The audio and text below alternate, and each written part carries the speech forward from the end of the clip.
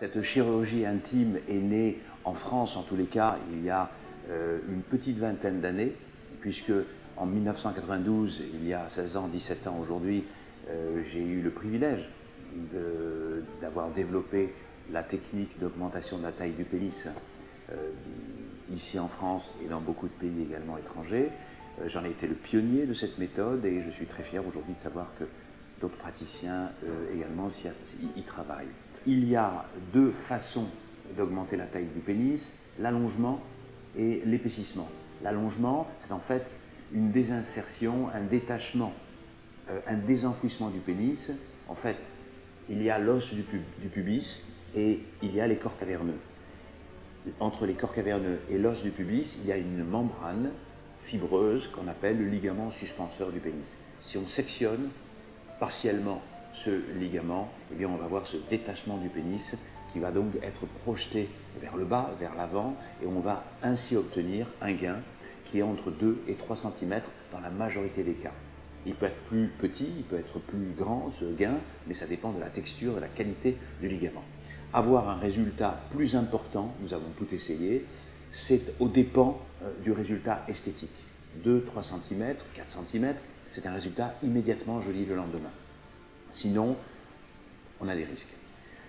En ce qui concerne l'épaississement, l'épaississement, c'est une greffe de graisse que l'on va utiliser, une greffe adipocytaire, c'est-à-dire qu'on va prendre du tissu adipeux, de la graisse chez le patient lui-même, et on va placer, on va greffer cette graisse tout le long du corps de la verge.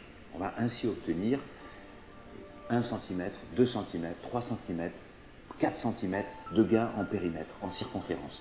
Alors, parfois, on a besoin de plus d'une séance, c'est-à-dire de plus d'une intervention, à intervalles de 2 mois, 6 mois, 3 ans, 5 ans et 10 ans. Mais une fois que cette quantité, que ce greffon a adhéré, a tenu, eh bien, on a tendance à dire que ça a un effet tout à fait durable. Durable parce que nos patients d'il y a 16 ans, 15 ans, 10 ans et 5 ans disent et continuent d'affirmer que le gain a été conservé. La consultation, évidemment, se place au moins 15 jours avant l'intervention. L'intervention, en ce qui concerne donc, la chirurgie intime de l'homme, dure une demi-heure. Nous sommes un binôme, c'est-à-dire qu'il y a une équipe chirurgicale et que j'opère avec un autre confrère. Ainsi, l'intervention qui dure une demi-heure est une intervention courte, en anesthésie générale, et le patient, quand il s'agit d'un allongement, reste la nuit à la clinique. Mais s'il s'agit d'un épaississement seulement, eh bien, il peut partir le même jour. Les suites post-opératoires sont simples et ça n'est pas douloureux dans la majeure partie du temps. Ces interventions vont concerner les organes génitaux externes. Ces interventions ne vont pas avoir de relation, de lien avec la qualité d'érection, par exemple.